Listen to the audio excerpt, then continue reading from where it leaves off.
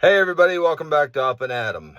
I thought for this episode I would show you basically the controls for the 1270G John Deere. I've had a few questions from contractors of how I like the controls, what the difference is between them and shore grips. So let's go through them. So this is what the left joystick looks like. It's not complicated. They're built very similar to the Porter. This is just a straight up joystick with two toggles on it, up and down. Basically, this one does, on the left side, it does extend a boom, but you don't necessarily need that because this machine has IBC3 boom on it, so it does everything from the extended boom. It places the head towards the stump. Does a lot of things on its own, but it controls the hydraulics that way, so I don't actually use these two toggles very much. Placing my hand like this here mostly, this button you'll see right here, this is my saw button. So this and the other joystick on the other side has a saw button there that allows you to saw off the stump. Once the tree is off the stump, then I use the toggle on the other side, so it's pretty simple after that, but I use this button every tree. These are my slow feed buttons, slow forward, slow reverse. And these two buttons here don't get used a lot. They basically set it up so that if you look real close, you can see how this little arrow is pointing to the big side here, and then this one's like a rotate. Well, these two buttons allow me to adjust the RPMs. So there's 3 stages of RPMs with this machine. I usually run it on level 2. If I get into really heavy, bigger wood, I can change it up with this button to go to level 3. Basically ramps up my RPMs, gives me a little more power. So coming up to the top of the joystick, we have this button is your cab rotate. So anytime I stop the boom or anything, I can hold that in. It'll give me the exit to meet up with my stairs that are right down here. I can also hit that, give it one click when I'm walking, and it'll turn me 90 degrees to the base. I can see both front and back. This is your boom power button. So basically it powers the hydraulics for the boom. But when I, let's say I want to walk down the road without the boom powered on, I can still walk by using this button, which powers my hydraulics. Then I'd shut this one off and my boom will just hang there without actually being pressurized. So once you get in and start it, this is your hydraulic power button. That's going to start everything up. And these right now are my species buttons. Clear to S8. I don't need to really go through them because you can change these for whichever species you want. I have them set because my fingers are usually right here in this area. My pine button's over here, but I use like hardwood, spruce, fir, popple, like everything's closer to my other buttons here.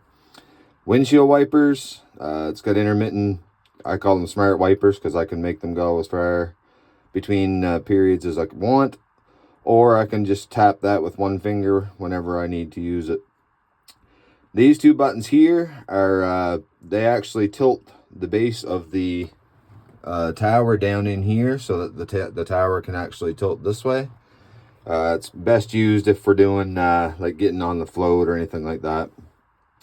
These two buttons here are your head tilt up and tilt down. Okay, everybody that runs a harvester knows what those are for. These ones are both my knives. Now it's different from the Porter. You see a Porter grapple on here, but these are open and close my knives. This button is open my feed rollers. These buttons I don't use. I don't use urea or anything like that there. These buttons I don't use right now, but I do use this N4 button, which will be to change this back and forth to the JD map if I have it. This one, sorry, I'll get that back in focus again. This button right here actually allows me to go up here and see on my screen where it's got 0 degrees and 2 degrees. If I'm cutting and I want to see what my slope is, I can hit that button. It'll show me this screen with the different tilts and stuff on the cab. The other ones I don't use a whole lot. These two I don't. My bar rescue's on the other, so we'll come over to the other side.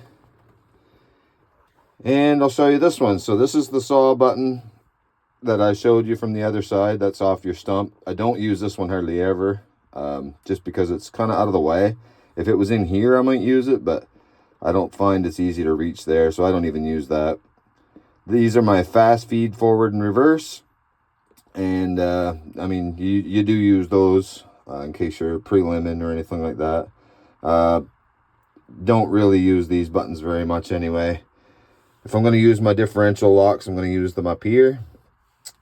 So this joystick, now the right hand joystick, same thing, 2 toggles, but this is my head. So my tilt up here would be head reset, open the head, all that. And this one is a little more complicated. So this machine's set up so when I grab the tree, I use that button to grab the tree. Once it's on, I'll saw, mostly with the other side, but I'll saw. Once the tree is down into the processor place, you can click this one. It'll automatically feed to the first sort. The second time it'll saw. Then it'll automatically spit out. Third time it'll saw. So basically once you get this, is pretty much all you're doing. It doesn't seem like it makes sense to a lot of people, but it does. Once you get going, especially if it's in like a spruce fir plantation where you're just cutting the same species, you can really fly just by using that bottom toggle. Now, I come back up to here. This button here is my forward and reverse. Okay, like I said, these two are my bogey locks, or differential locks. So if I want to lock the front ones, I hold this one down. Want to lock the back ones, I hold this one down, and it'll show you on your screen. But as soon as the machine turns, it will disengage that. The function button here, this is my where I find my bar rescue. So if, let's say my bar kicked out is on the other side of the tree, I'd hold my F1 and then I would hit my saw button, which is that button, and I would saw. That would allow it to come out, and then I could back feed it. The rabbit up here, that just changes your speeds. You've got eco mode, turtle mode, and rabbit mode. There's also a highway gear that you can run just with the back axle. It's a faster speed. You can't run it in the woods, but it's basically for running out the highway. Let's say you're running out a road or something to get on a float, something like that. Let me see. This button here also works like the other buttons on the other side, so that actually forward and back will do the tower up there again, so it tilts it back and forth that way. I have these set to all my, right from this one, all around. They're all set to my pre-selects. So my species were on the other side. These are my pre-selects. So like I use this one for bucking, 16 foot, 12 foot, 10 foot, 9 foot, 8 foot pulp, stuff like that. I don't use a lot of the plus minus, just gives you a little touch on the feed or anything, but I've got slow feed buttons anyway, so we don't really use them. I never usually use these ones much at all, but up here we have the cab leveling, the lock on the swing here. I never use these buttons either. This button will actually adjust my boom or my cab side to side. Sorry about that. This one is for my, as you can see, it looks like it. You can see for my tower base to tilt again. This is my reverse fan. Let me see. This is an important one. As you can see, it looks like a hydraulic. That's my vacuum pump. This one came with a vacuum pump, which is great. Saves on any spillage of oil, and really, you don't spill a lot. These are all my lights, so they're kind of like a 4-stage light.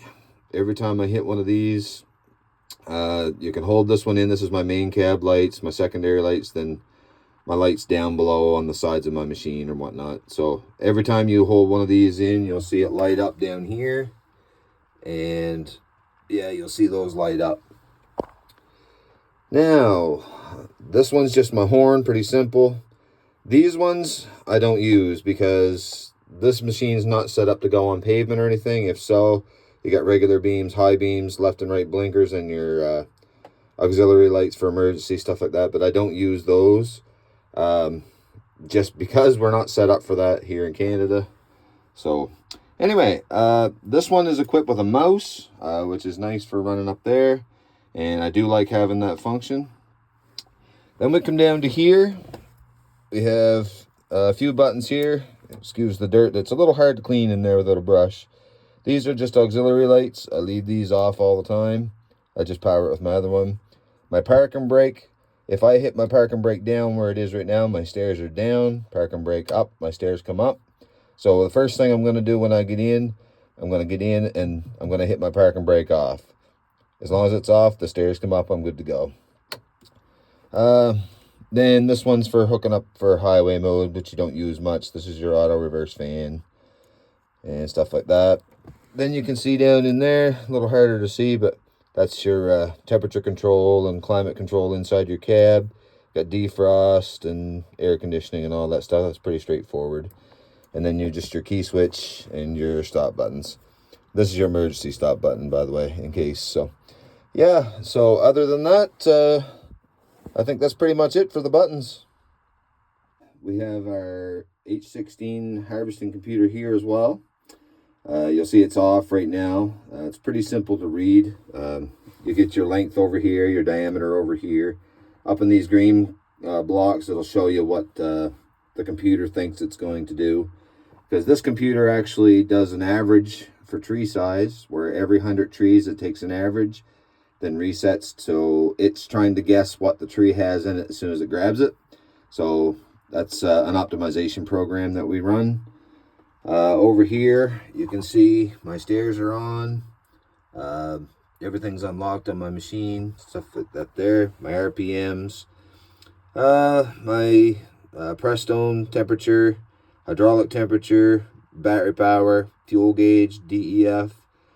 And then this is just meters. I can reset that to tell how many meters from the road I am, or whatever it is, or it gives me a speed.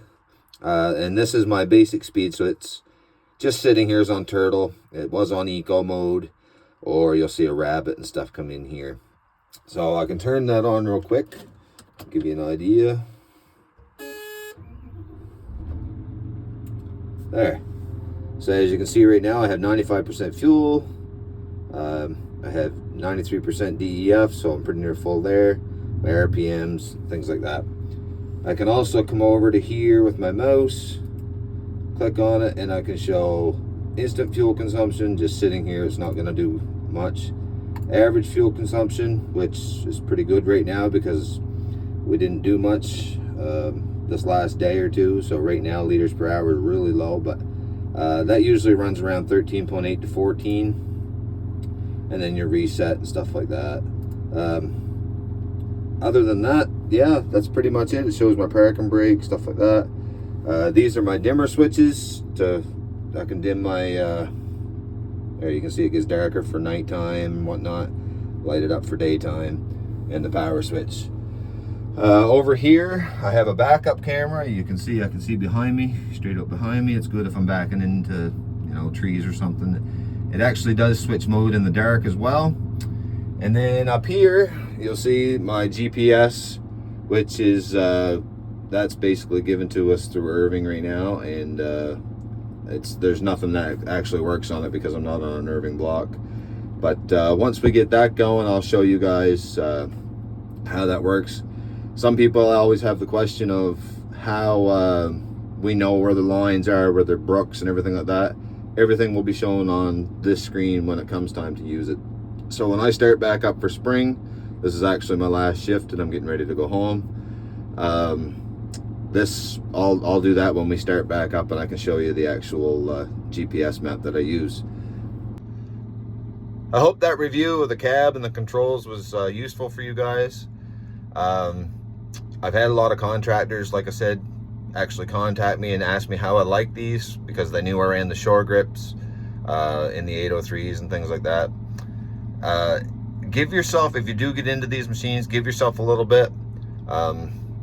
Most operators understand what I mean by you get to the point where you don't think about what your hands do, you just do it. That takes 2 to 3 months to get yourself to that point. The easier the cutting, the easier it is to learn. I started learning on a mixed stand with the 1170. Controls were exactly the same other than my pre-selects. But after I get onto it, jumped into this here, it was a piece of cake. Yeah, so anyway, if you have any questions about the controls, I know probably somebody will, fire me a message. I don't mind answering them. I can try to help you out if you can. So that's it for today.